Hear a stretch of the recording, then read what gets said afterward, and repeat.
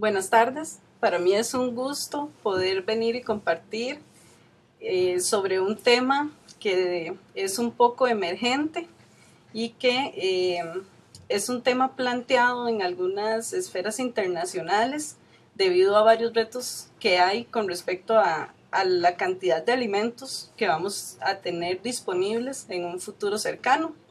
Mi nombre es Cindy Hidalgo, soy nutricionista y docente en la Universidad de Costa Rica en el área específica de alimentos.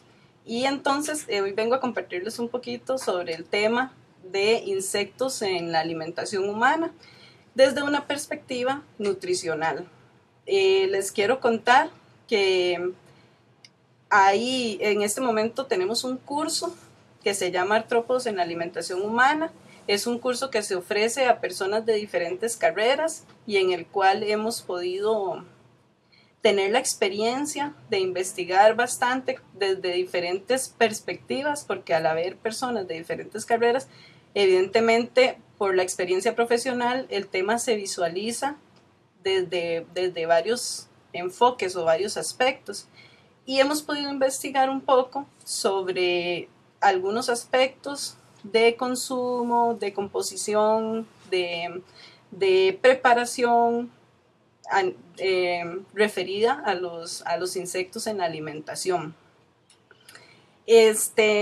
Bueno, aquí veo que ya hay varias personas conectadas. Tal vez vamos a seguir haciendo una introducción mientras más espectadores se pueden conectar. Contarles un poco entonces que este es el segundo semestre que el curso se oferta. El curso está impartido por el profesor Axel Retana y por mi persona. El doctor Axel es biólogo, entonces también el curso se ha manejado desde dos perspectivas profesionales y nos ha ayudado a tener una visión un poco más amplia sobre los retos que representa este tema, que realmente son muchos, pero es un tema que puede favorecer a corto plazo un poco lo que sería la alimentación como tal.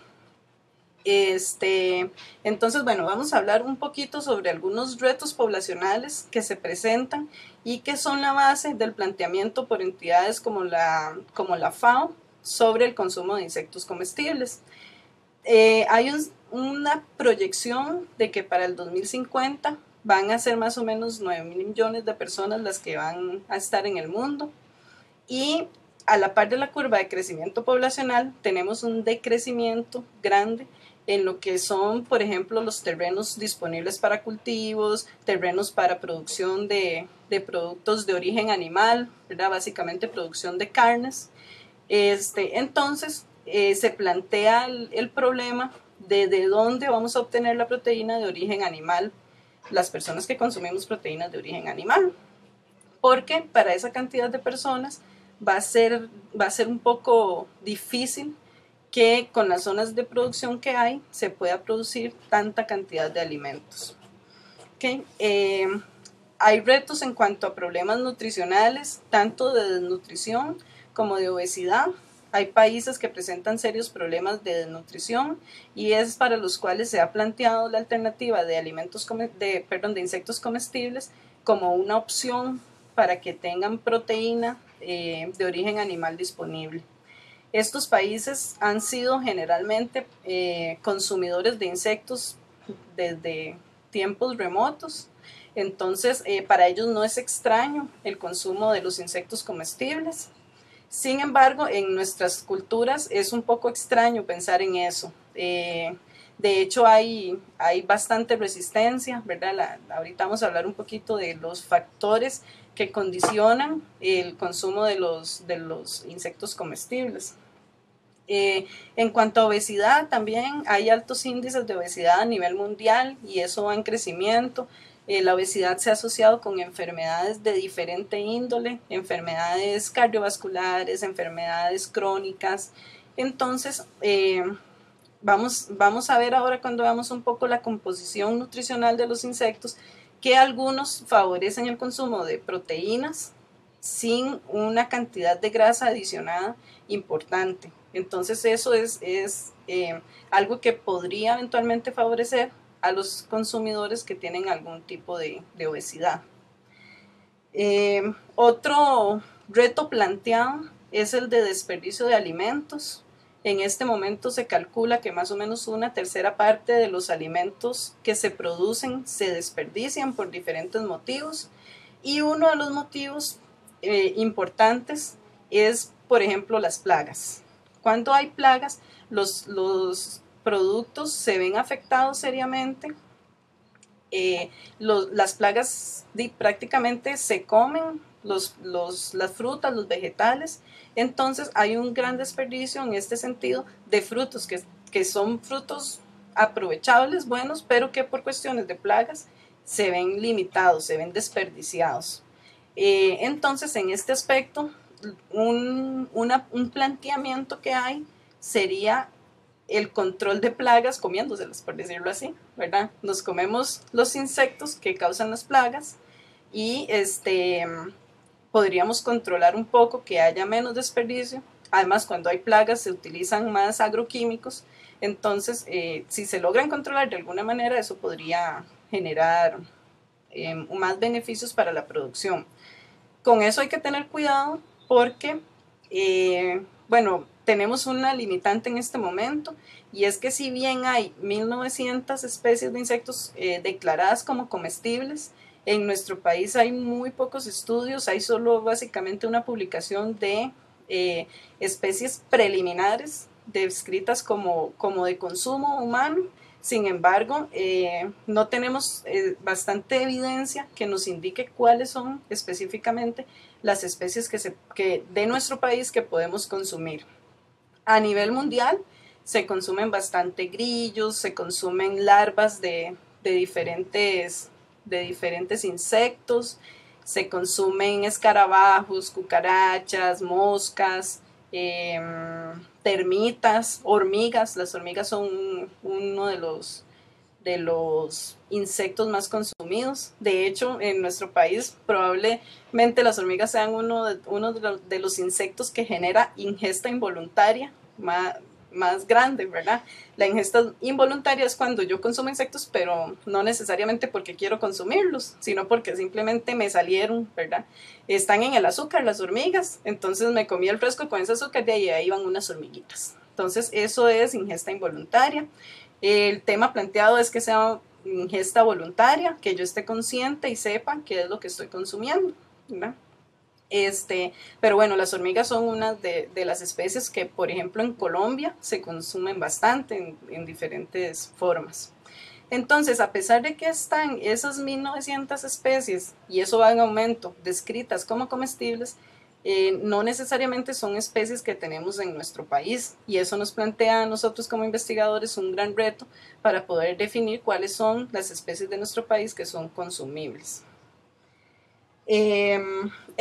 Vamos a empezar un poquito hablando de la composición nutricional para ir viendo algunos aspectos que son importantes ir considerando.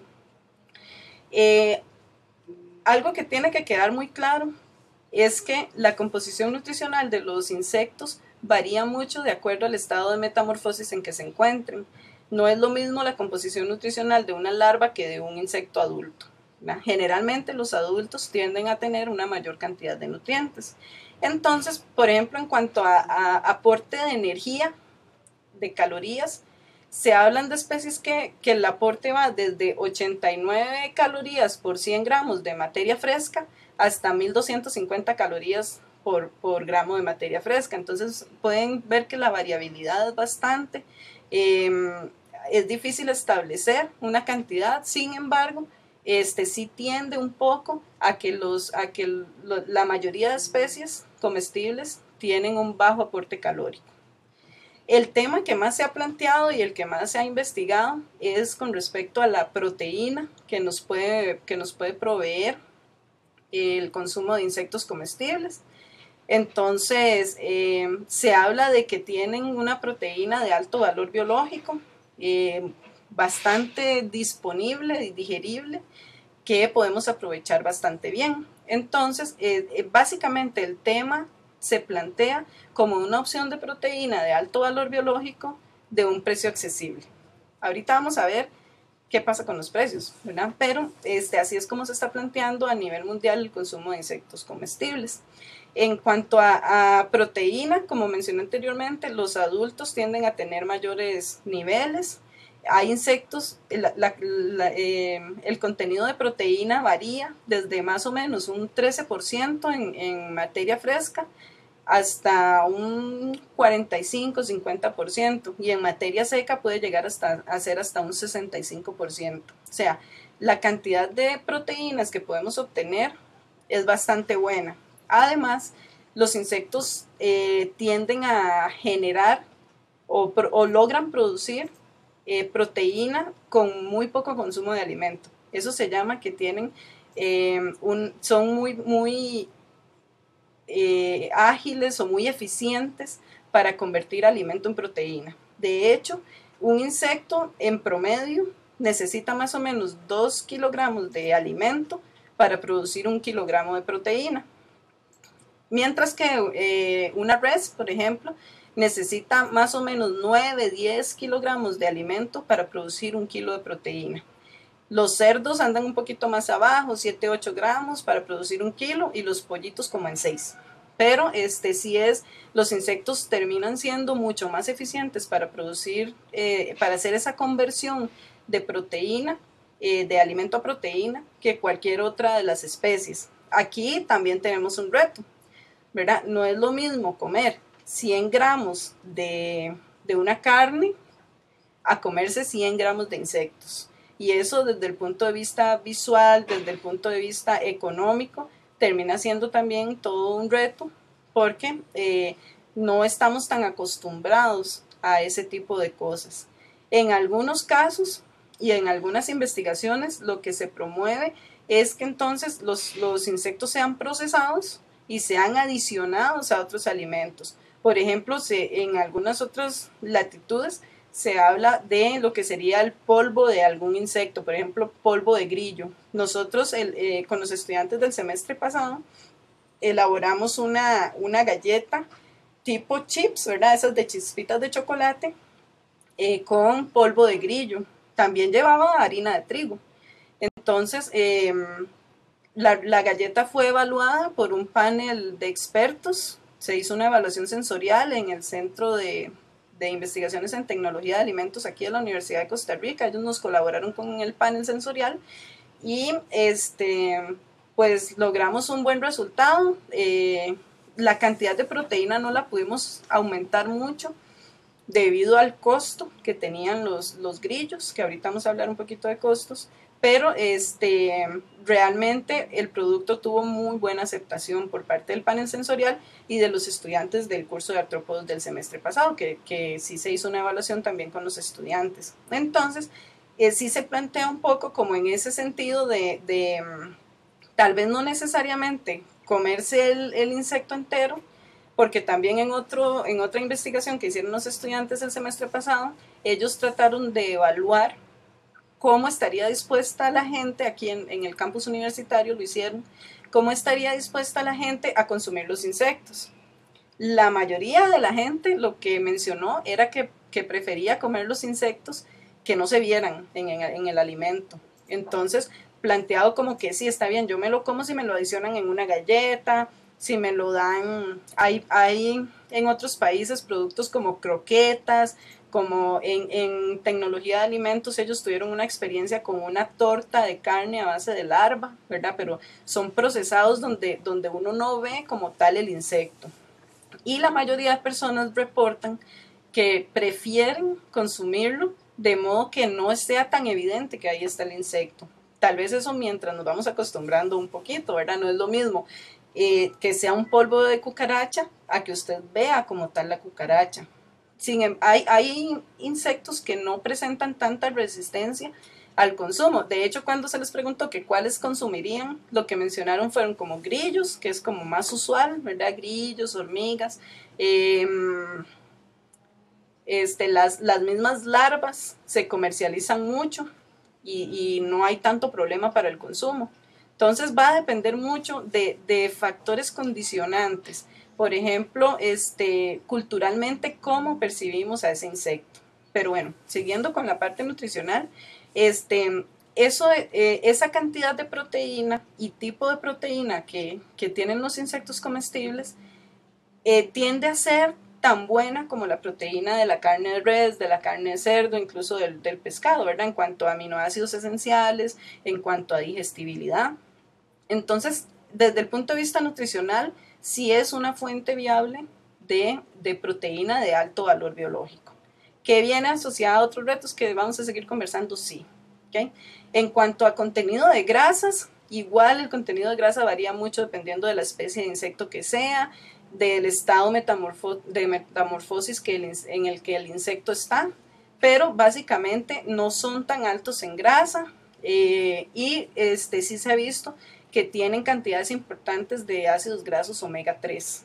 Entonces, en cuanto a grasas, ya que no es tanta la cantidad de grasa que contienen, pues también viene siendo una buena opción.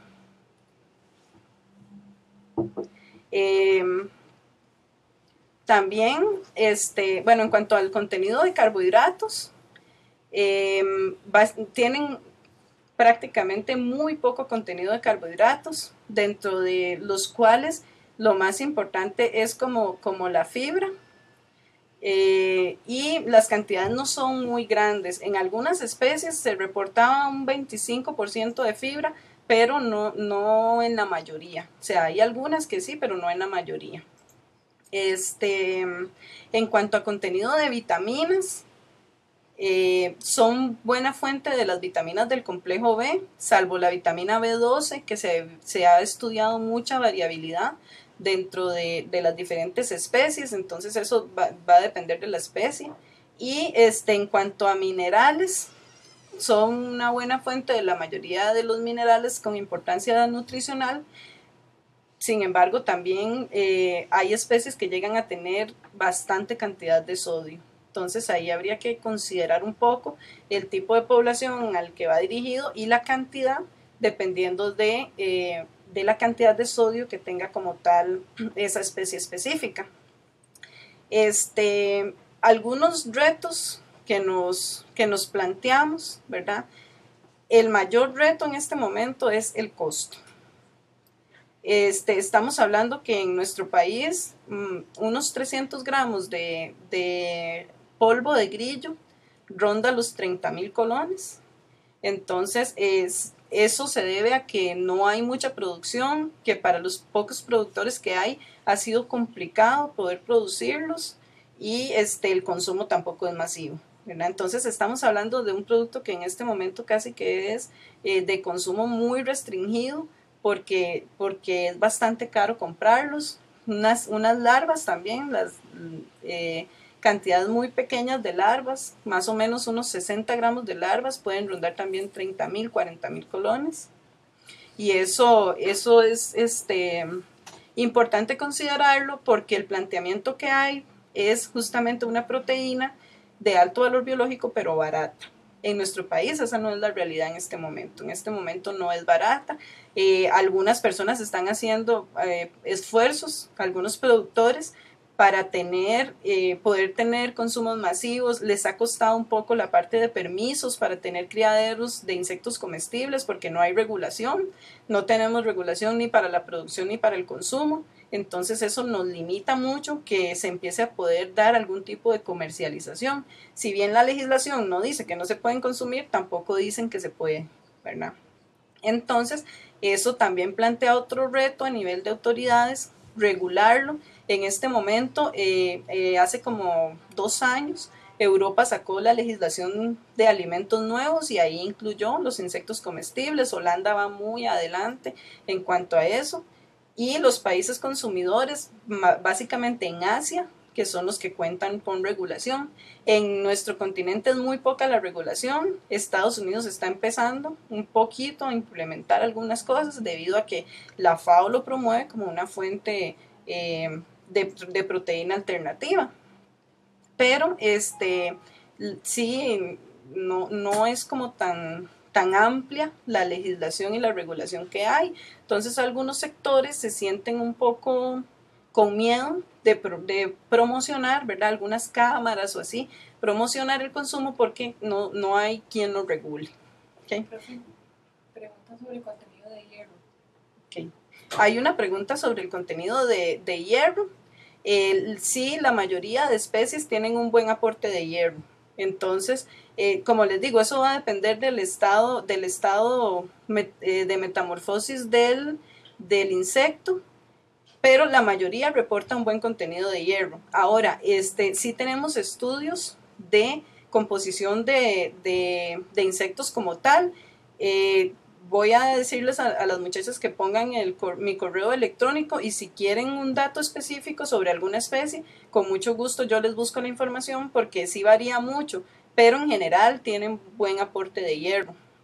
Entonces, sí, ya hay varias bases de datos de composición de alimentos que reportan la composición específica de algunas especies de los más consumidos, ¿verdad? Algo que hay que conocer y saber, que es muy importante, es que los insectos se han relacionado con algún tipo de alergia alimentaria, tienen una reacción cruzada con los mariscos, con camarón. De hecho, el camarón es un artrópodo. Entonces, personas que presentan alergia al camarón probablemente no deban consumir ningún tipo de insecto comestible, porque podría generarles esa reacción. Las demás personas no tienen ningún problema. Desde el punto de vista de inocuidad, la microflora de los insectos comestibles es muy diferente a los patógenos que nos pueden afectar. Entonces, lo que se ha estudiado, hay varios estudios en cuanto a inocuidad de insectos comestibles, es que básicamente hay contaminación igual que con cualquier otro alimento por mala manipulación. Pero como tal, el insecto, por la microflora que tiene, porque generalmente se consumen enteros, no puede generar algún tipo de problema. Creo que tenemos que ir terminando. No sé si quieren también hacer alguna pregunta, pueden escribirla, y aquí entonces con mucho gusto se las vamos a responder. De igual forma, ahí les voy a decir que pongan el correo, y cualquier duda, con mucho gusto, en lo que pueda colaborar, y espero que sea una pincelada del tema, que genere un poco de sensibilización, un poco de interés, para que sigamos investigando más sobre los pros y los contras del consumo de alimentos. Muchas gracias y buenas tardes.